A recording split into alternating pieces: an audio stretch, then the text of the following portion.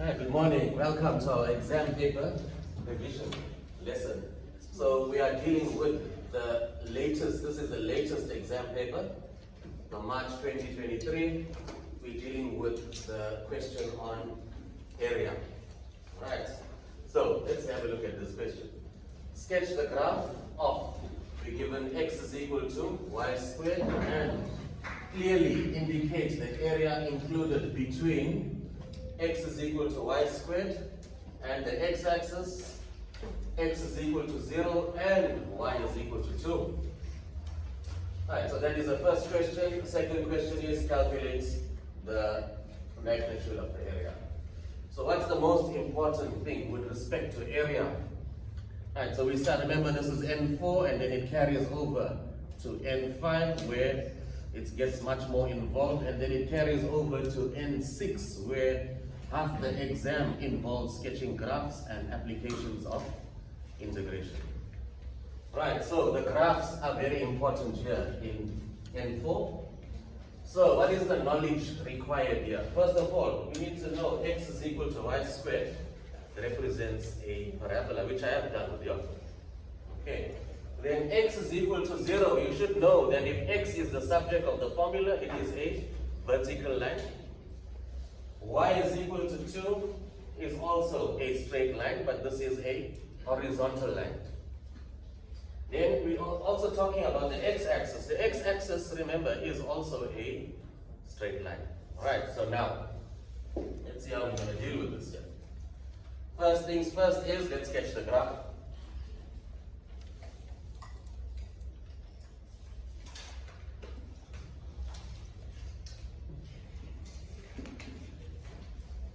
Right, so now x is equal to y squared is a parabola. So what is the knowledge required? Let me just do a quick revision here on a parabola. X is equal to a y squared. So if it's x is equal to a y squared, so now this is a parabola that's concave to the right or to the left. So how would we know? It could be concave to the right or to the left. What determines this shape is the coefficients of y squared here. So if your coefficient here is less than 0, that means negative, it will be pointing to the left. And then if your coefficient is positive, which is greater than 0, it will be pointing to the right. Okay. Now, in our case, in this case, x is equal to, what's the value in front here? It is a positive 1. So 1y squared, that means 1 is greater than 0. That means this is the parabola that we're going to be sketching.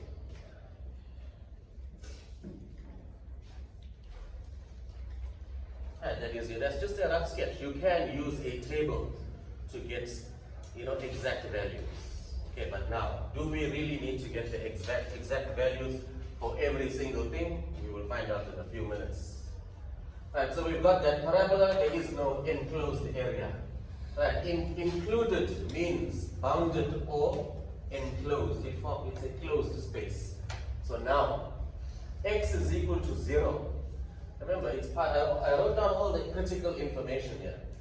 Let's go back to the question. X is equal to 0 is a vertical line. So you take your ruler and here is x equal to 0. Right, so this is x is equal to 0. What else? Y is equal to 2. We also told about y is equal to 2. So now y is equal to 2 is a horizontal line. So you take your ruler and you draw your horizontal line. This is y is equal to 2. Now, right, so now, what else is missing? Is there anything else, any other information? They say, and the x-axis. The x-axis is a straight line. So here's the x-axis. This is the x-axis.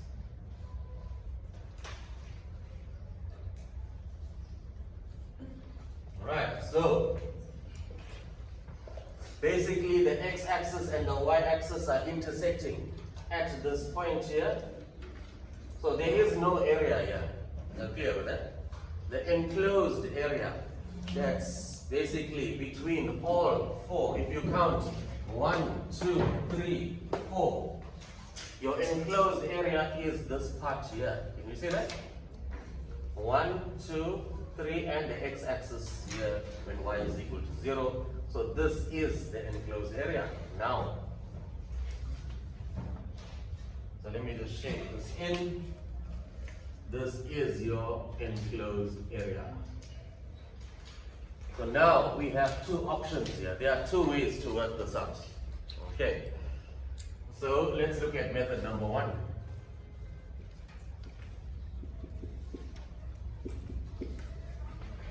Method number 1, using delta x. Method number 2 will be using delta y. Okay, so I want to use delta x. So let me cut and paste this diagram. It's important that you cut and paste the irregular area, so you have a good idea of all the endpoints here. Right, so here is the area going down there, and here. So this is your irregular shape.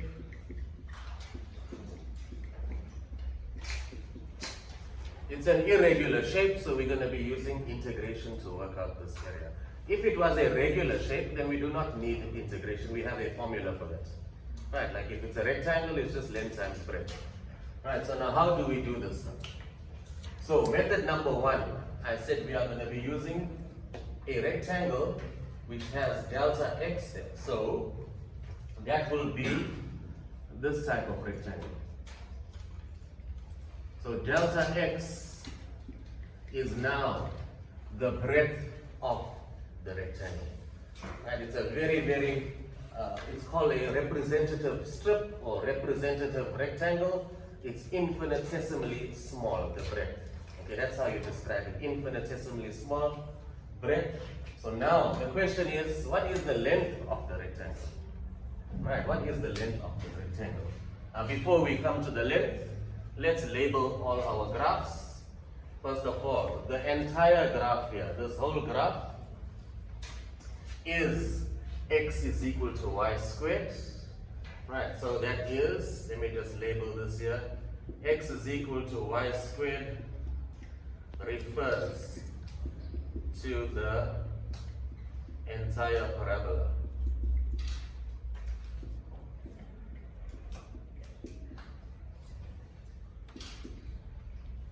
Right, so that's x is equal to y squared. Now, this graph, this is y is equal to 2.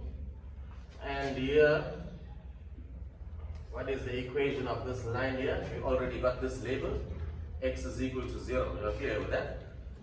Right, so now, why am I saying x is equal to y squared refers to the entire parabola? Okay, it's because we're talking about the whole curve there.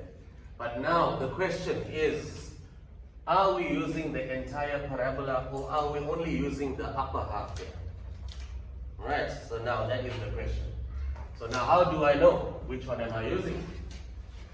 Now I have x is equal to y squared. Or y squared is equal to x.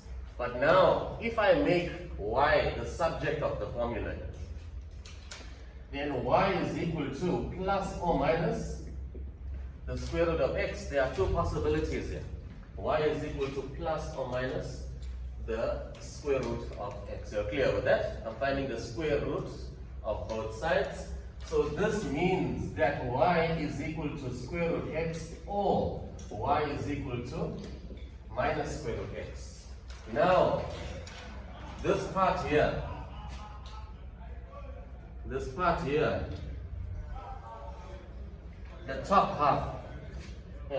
half refers to y is equal to square root x only. How do I know that? Okay, because here we are only dealing with positive y values. Okay, whatever value I substitute for x, y can only equal to 0 or a positive number. If I'm referring to the bottom half, then it will be y is equal to minus square root x. So you must understand this 100%.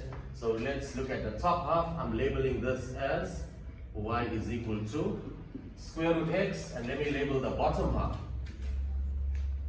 Y is equal to negative square root x. Okay, now I've got y here, y there, y there. We cannot call every single function y because that is false. Okay, y is equal to square root x. Y is not, square root x is not equal to 2, and 2 is not equal to minus root x. So let's label them properly. Let me call this y1, let's call this y2, let's call this one y3, because they represent three different functions here. You are clear with that? Now, okay, now we can go to our diagram. This is just labeling. Labeling is what is very, very important here, right, for your area. Now, this line here, let's go back. This is the crucial thing now when it comes to area. This line here, there's a line that's touching the top of the rectangle. Okay, this line here. What is the label here? What is this graph here? There's a chair. Can you see that? So this is referred to as y2. So the top graph is y2. Then if you look at the curve coming down here now, there's the curve. So what is intersecting the bottom of the rectangle is the curve. The question is, how did we label that curve? What is it labeled as? There's the curve here. This curve is labeled as y1. You can see that. So there is my y1. So I have a top y value and I have a bottom y value. Now I can work out the length. The length is the longer side. The breadth is the smaller side, which is delta x. Right? You must be 100% clear with that. So if I go here and I write down length, my length is going to be top y value minus bottom y value, which is y2 minus y1. So now we are set to work out this problem, except we need to know our limits now. Right, our limits. What is the lower limits? What is the upper limits? Okay, that means in this case, we are integrating with respect to the variable x. So we have to find out what is the x value at the beginning of the area, the smaller x value. What is the x value at the end of the area? So there is the area here.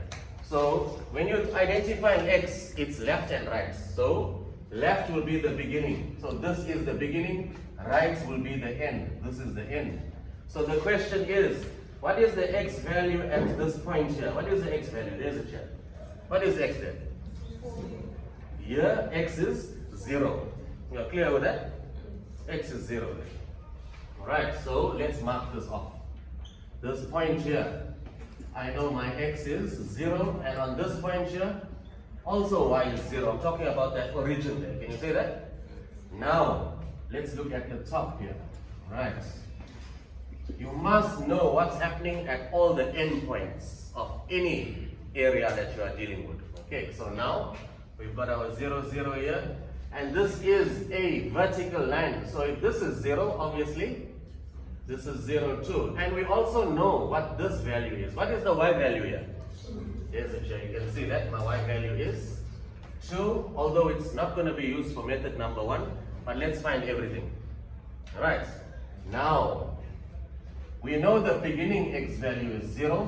What is the end x value at this point here? That is the question now. What is the x value at this point? Now what do you notice about that point? This point here, if you look at it, the curve is intersecting the line y is equal to 2. Can you see that? So this is a point of intersection.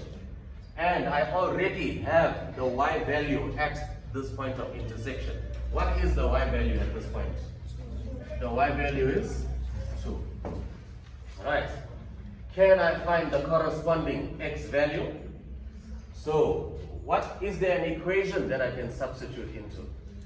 So the equation of this curve here What is the equation of this curve here? I've got y squared is equal to x. Okay, so now point of intersection. Let me just write that down. My point of intersection, I know that when y is equal to 2, and I know the equation is y squared is equal to x. You're clear with that? Right. So now I will substitute y is equal to 2 and find the corresponding x value. Simple, simultaneous equation where one value is already given to you. You can see that. So I will substitute 2 here, and 2 squared is equal to x. So therefore 2 squared is 4 is equal to x. So now we have this point here, which is 4. We have everything we need. We can now work this out easily. Right, so now, what is the formula? The formula is, now this is compulsory step. You must write down the formula for the area of one representative rectangle, which is this representative rectangle. So I will write down delta A. Delta A refers to the area of just the representative rectangle, and we are dealing with the rectangle, so it is length times breadth. You're clear with that? We have identified our length here. Top y value minus bottom y value, so that is y2 minus y1. And my breadth here is delta x, so there's my delta x. You must write down the formula for one representative rectangle. Now, total area A. As soon as you write down A, this means total area. Now you will put in your integration sign. As soon as you put in your integration symbol, delta x now becomes dx. We are now integrating with respect to x. And this A and B refers to the lower limits and the upper limit. Basically, it refers to the start x value and the end x value of the area. So this is y2 minus y1. Now we can substitute. So what is my B and A now? A refers to the start x value. That's why we were finding these points here. There's the beginning. There's the x value here, which is 0. And the end is here. This is the end. The x value here is 4. Now, y2. We need to get y2 in terms of x. We need to get y1 in terms of x, y. Because this is dx, we are integrating with respect to x. Now let's go back. That's why everything must be done properly in the beginning. So now you're not going searching and starting to work out anything. All you're doing is going straight to the diagram. What is y2? 2. You can see that. Minus, what is y1? Where is y1? And you see now you're not searching for everything because you have labeled it properly in the beginning. So now you're just transferring information here. So y1 is equal to square root x. And now it's just a simple integration problem. Let's integrate it.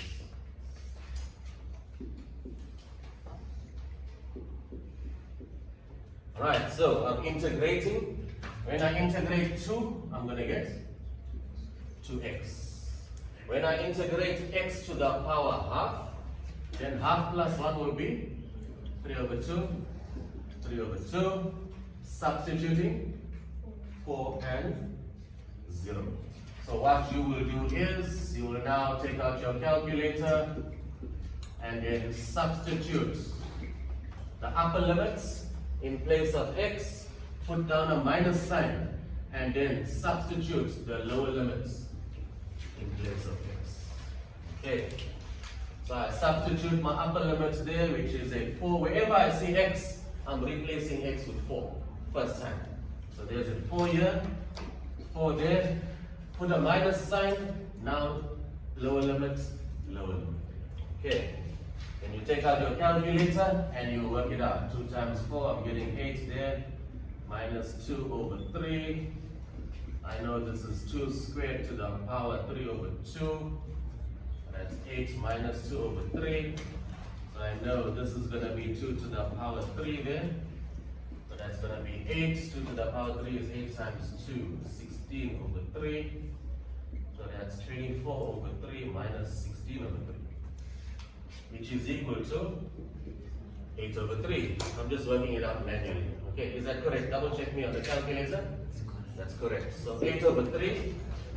So 3 can go into 8 2 times. Remainder 2 over 3. So that's 2 and 2 over 3. Units squared. 2, that's going to be 2 comma 6 6 7 units squared, and that is the value of the area, and that is the first method that we are dealing with. Okay, that is the first method. We're going to deal with the second method in a few seconds.